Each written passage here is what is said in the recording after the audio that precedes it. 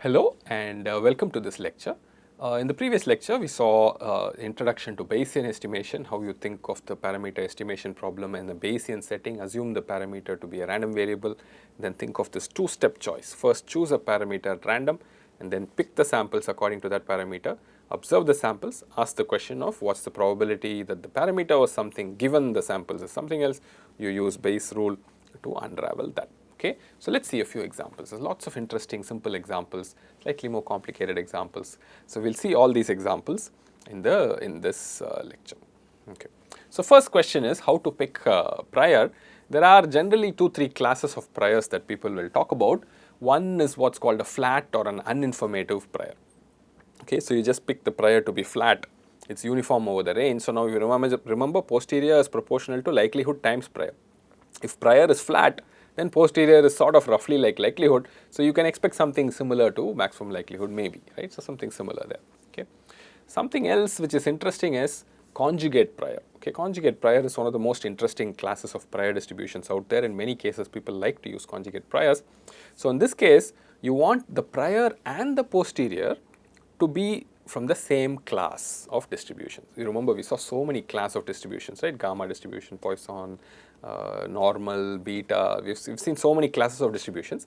Is there a prior which when multiplied by likelihood will not change its class? Okay, so let's say prior is normal, you multiply it by the likelihood of the samples, but you still got a normal distribution as posterior. Okay, same thing with beta. I mean, if you pick prior as beta, you multiply by the likelihood, you still get another beta distribution. Are there situations like that? And that situations, conjugate priors are very, very popular. So, I mean, it's sort of there's a symmetry, invariance in something, and usually when you see invariance, there's something interesting in nature, right? I mean, total energy is invariant, total momentum is invariant. These are interesting natural laws. So you think that when you see a conjugate prior where, you know, the prior is such that after observing the data, the posterior does not change, there is something invariant and maybe there is something interesting. So this is always, it's just a high level justification for why conjugate priors are interesting. The last part is informative priors, where you have some expert opinion or scientific models for justifying that. There's in fact one more type of priors where people pick improper priors. Priors are not even probability distributions. So that's also something interesting. We won't look at that in this case. Okay, at least in this course we won't look at such things. Okay, so I've said something about priors. Let's see examples. Okay, so first example I'm going to show you is Bernoulli samples with a uniform prior. So we saw Bernoulli samples with a discrete prior. Okay, it seemed discrete is difficult to motivate. Why should it be only 0.25, 0.75? It doesn't make sense, right? What is more interesting as a prior is you have x1 to xn being IID, Bernoulli. You know, I'm using the bold face here. So you see here I'm using bold face. Why is that? Just to indicate that this bold face is a random variable. It's not a constant. Just to emphasize that this p is a random variable, I'm using bold face here, okay. So how is this p chosen? It's chosen uniformly from 0 to 1. It's a continuous distribution. You remember the continuous distribution uniform, it'll have a PDF which is flat, right. So this is the PDF of the uniform distribution. It's flat between 0 and 1, any range, any value between 0 and 1, sort of equally likely, any interval. The same width is equally likely. Okay, so that's the prior distribution. So what is the setting here? I'm picking a p uniformly at random from 0 to 1, and then I'm picking n samples from the Bernoulli distribution according to that chosen value p. Okay, that's my Bayesian setting. Then having observed the samples, what's the probability that p took a particular value, right? That's the Bayes rule. Okay, supposing you observed samples small x1 to small xn. Okay. The posterior asks the conditional distribution of p given that I observed these samples, x1 equals x1, xn equals xn. Okay, so this is a conditional distribution. So we know that the posterior density, see, remember this will be again continuous, so it will have a density. Okay, so this p given this will be a density. That density is going to be proportional to, this is the prior density. Okay, we know this way in which Bayes rule sort of applies in the continuous world, right? You have a discrete and a continuous thing mixing. So, you condition on the conditional, the continuous random variable taking a particular value small p times the prior density, and what do you multiply by? The probability that x1 equals small x1 so on, given that the this boldface p equals small p. Okay. So, you chose a particular p, and what is the likelihood of observing this, and this is prior. Okay. So, hopefully this is clear to you. This is a mix of continuous and discrete random variables. Again, posterior is proportional to likelihood times prior. In this case, because of the continuous thing, you have densities here. The prior is a density, posterior is a density, this is the likelihood. Is that okay? So, now we can simplify. So, this one is just 1, right? This is equal to 1 for 0 less than p less than or equal to 1. So, that is the prior density I showed you. This is uniform. Okay, the uniform is prior.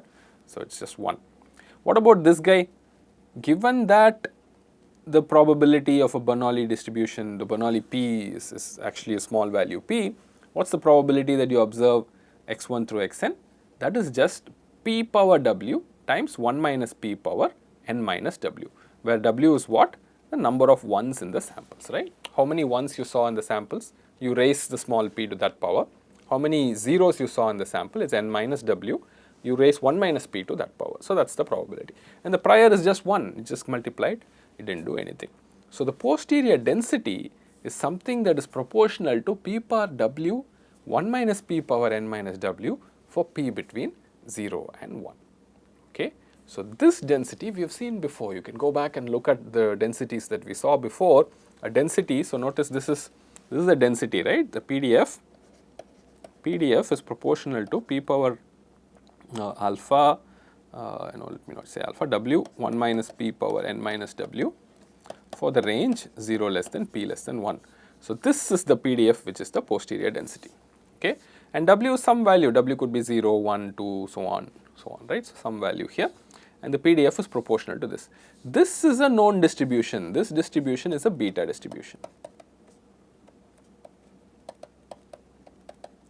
Notice what has happened here, it is an important thing to notice. The prior distribution was uniform between 0 and 1, the likelihood multiplied the prior and made the posterior distribution into a beta distribution. Okay. So, that is what happened here. So, notice how the posterior is changing, it is influenced very nicely by the prior distribution and by the likelihood. Okay.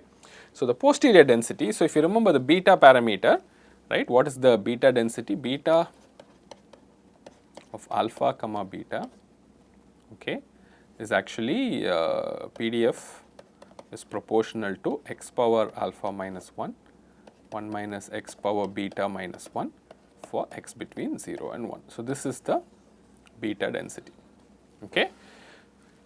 All right. So, you can look up one previous lecture where we did beta density, this is the beta density.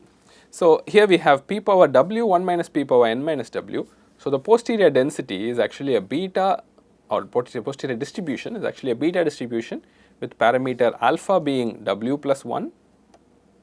Okay, why? Because here you should get alpha minus 1, right. So, this is w plus 1. So, p power alpha minus 1. So, you got w here. Likewise, the beta became n minus w plus 1. Okay. Now, the mean of this distribution or expected value of a beta distribution is alpha by alpha plus beta. Okay. So, this is also an important thing, and that is what is used here. The posterior mean is alpha by alpha plus beta, and that is alpha. Is that okay? So, it is just a plug-in to get the answer. Okay. So, a lot of results were used here, a lot of busy things happening. Look at it, take your time, stare at this for a while, you see how we are able to quickly derive the posterior mean and get an estimator. Look at this estimator, right. So, now posterior mean, I know I am going to estimate p hat like this, right. P hat is posterior mean, it is a very popular way to estimate this. It is x1 plus x2 plus xn, w is what? W is just x1 plus xn, right, sum of all the samples.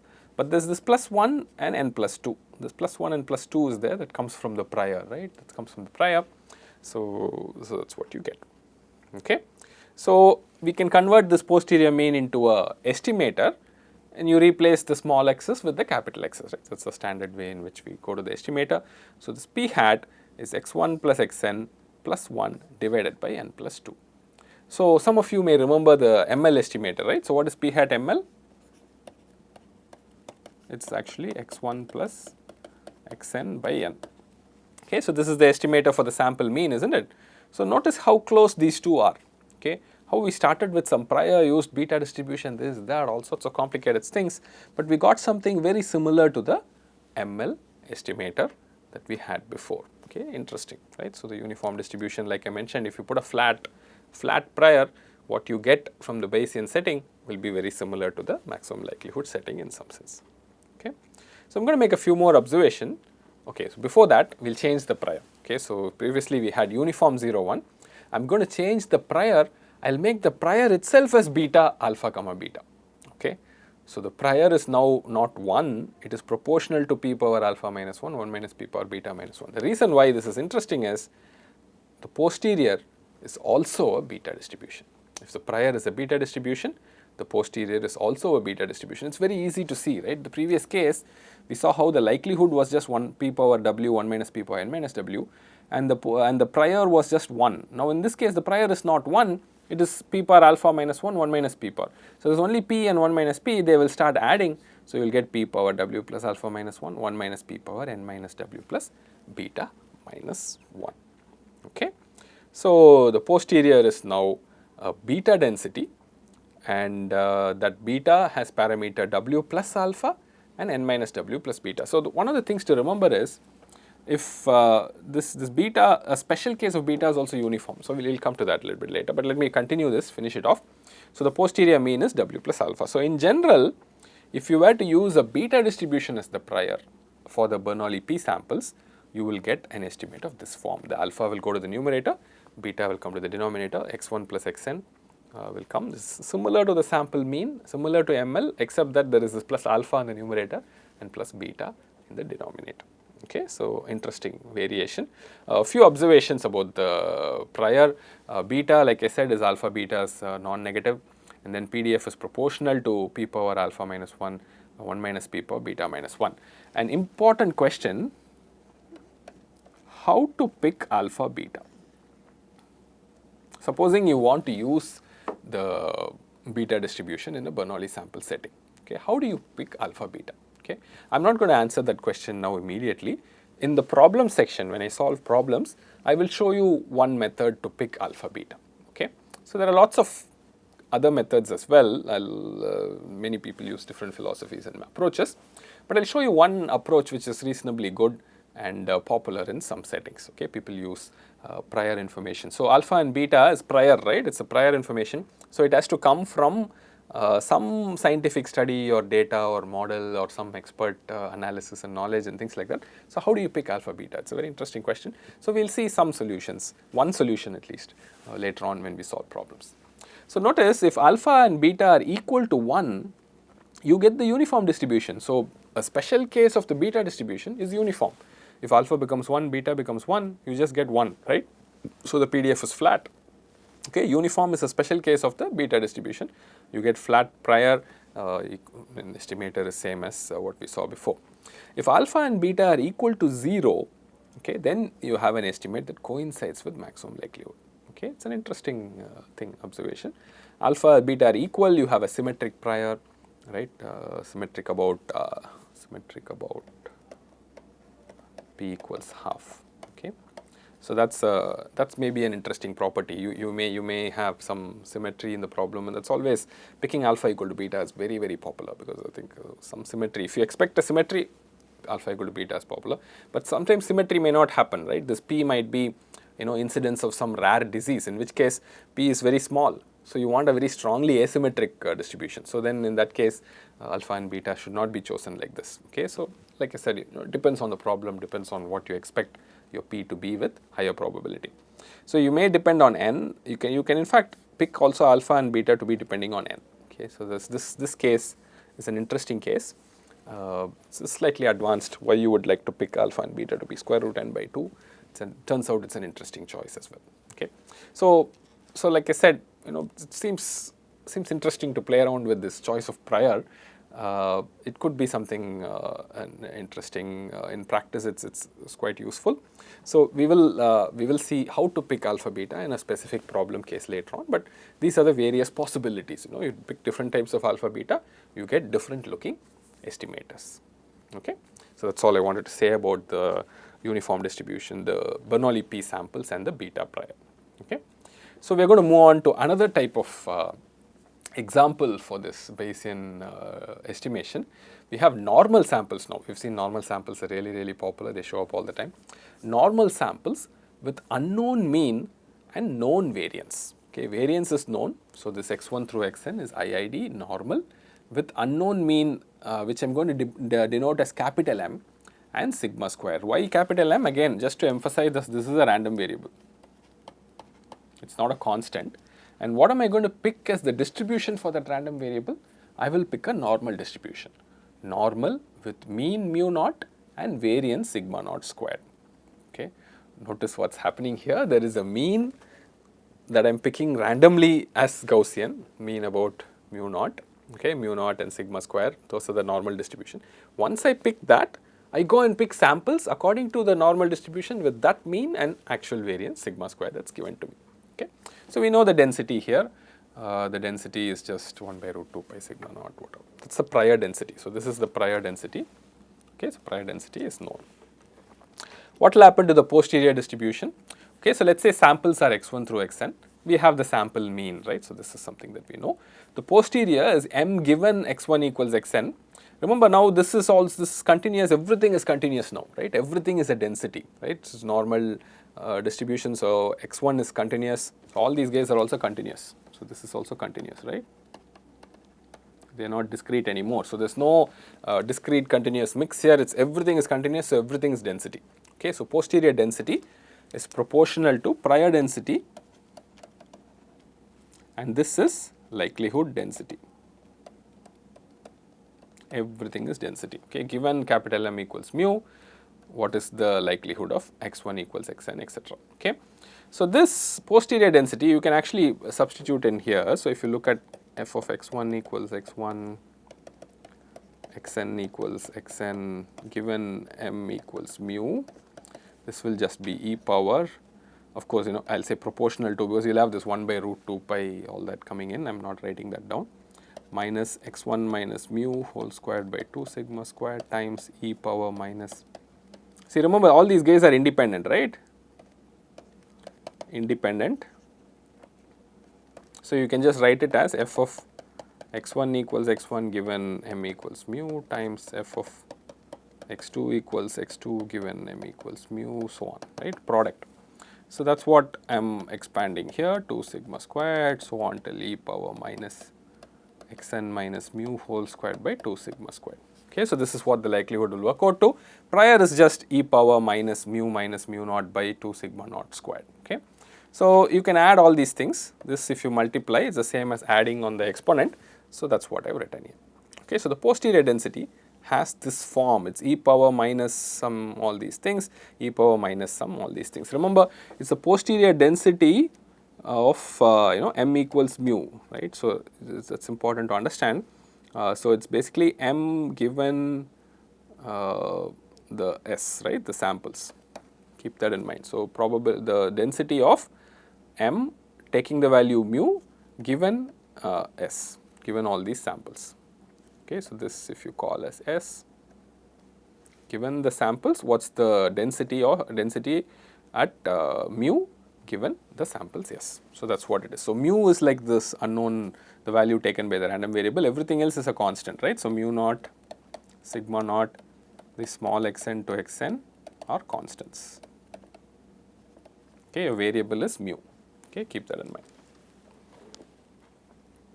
So the posterior density, it may not be obvious to you, it's actually a normal density. Okay, so I'll leave it as an exercise. Okay, it's an exercise to show this.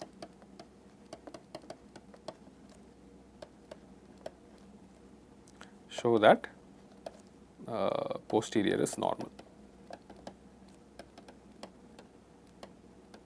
So what does that mean, normal?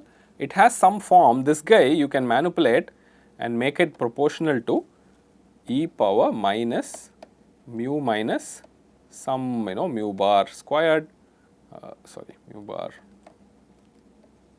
whole squared divided by 2 sigma bar squared. So, it turns out you can manipulate this equation, rewrite it, complete squares, etc., whatever it is that you need to do, and make it e power minus mu bar squared by 2 sigma bar squared. So, mu bar and sigma bar are two different things, and this is the posterior mean mu bar. This mu bar, it turns out, is this. Okay. So, I am not going to do it and show it for you.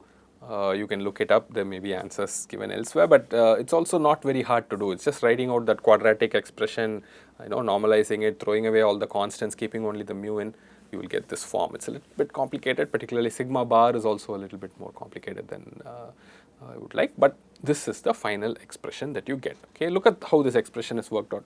There is the sample mean here, this is the posterior mean, but it is a sample mean plus some prior mean, right. So, this is the prior mean and the sample mean. So, the posterior mean is a linear combination of the sample mean and the prior mean. Okay. So, prior plays a role, sample plays a role, you multiply them by some constants, add it, you get the posterior mean. Okay. So, it is very nice, that is number one. Number two, you observe that in this problem the normal distribution is a conjugate prior. Okay. So, this is a conjugate prior. Why is that? Because the class of the posterior density is the same as the class of the prior density. You got normal as prior, posterior is also normal. Okay, so that is conjugate, and you got the posterior mean to be this. Okay, so now if you want to replace it to get the estimator for mu, I am going to make the sample mean as this capital X1, replace it with the random variable, and then you get n sigma squared by n sigma naught squared plus sigma squared plus mu naught sigma squared by n sigma squared, etc. Okay, so what is the ML estimate? Compare with the ML estimate, right? So mu hat ML. This will just work out as x1 plus xn by n, right. So, this will be the ML estimate. Okay. But notice how this sigma square and all is playing a role here in the Bayesian estimator, but it is sort of similar to this. Why is it similar to this? Supposing n becomes really large, okay. If n goes really large, so you will notice that this guy tends to 0 as n tends to infinity. This guy tends to 1 as n tends to infinity. Okay. So, while it may look very different from the ML estimator, it has all sorts of other terms. If you let n grow, it becomes the ML, it sort of tends to the ML estimator. Okay. So, at least it's sort of meaningful, but you have this additional sigma naught square floating around, mu naught floating around. What do you do with all these things? Where do they come from? How do you pick them? Okay. Maybe we will see this in an example later on. Okay. So, again, prior was this normal mu naught sigma naught square. How do you pick mu naught? How do you pick sigma naught? I am not going to do that explain it here. I'll do it in a problem when I pick it up. So, we see that the estimate is a combination of data and prior. Okay, very nice combination of data and the prior. The sample mean comes from the data, prior is there. So, you can imagine the prior getting updated, etc., sort of philosophical meaning. If n is very large, then the Bayesian estimate tends to the sample mean, data ends up dominating, prior is does not play a small role. But if n is small, okay, if n is small, then the prior plays a role. Okay, so that's something to keep in mind. Okay. Also, if you pick the variance of the prior as very large, what does it mean? If you pick the variance as very large, the Gaussian bill is going to sort of become flat, right? So, my prior becomes uninformative. Okay. So, my prior becomes uninformative. You can check if your sigma naught square is really large also, again both these things will happen. They will tend to 0 as n tends to infinity, or sigma naught tends to infinity. So, even if you tend sigma naught to infinity, the prior literally does not matter. Okay. So, it will just converge to the sample mean in that case. So, prior becomes uninformative in that case. Okay. So, we saw two different sampling problems, quite non-trivial, the Bernoulli P sampling problem and the Gauss normal sampling problem. In both cases, we had conjugate priors, right. The beta distribution was the conjugate prior in the Bernoulli case, the normal distribution is the conjugate prior in the normal case. Remember, we saw a special case of normal where mean alone was the unknown, variance is known. Okay, if there are various combinations possible there, it becomes a little bit more confusing. We are just seeing the simple case. In both cases, we had conjugate priors. In both cases, we saw some very nice properties. The actual estimate is a combination of the prior and the data. Okay, the sample mean sort of plays a role, and it's modified by the prior. Okay, in the beta case, in the Bernoulli case, we had this plus alpha and plus beta in the numerator and denominator. In the normal case, we are multiplying with some factors and doing a linear combination. So some modification is there, but in both cases, when the prior tends to be uninformative or when the number of samples become very large, the prior sort of disappears. You seem to be getting the ML sort of estimate. Okay, so Bayesian estimates seem to be good from this point of view. Okay, so that's the conclusion of this lecture. In the next lecture, we will see a few problems, and particularly with this this kind of estimation, and how do you pick the parameters of the prior? What are some rules that one can use? We'll see that in the next lecture. Thank you very much.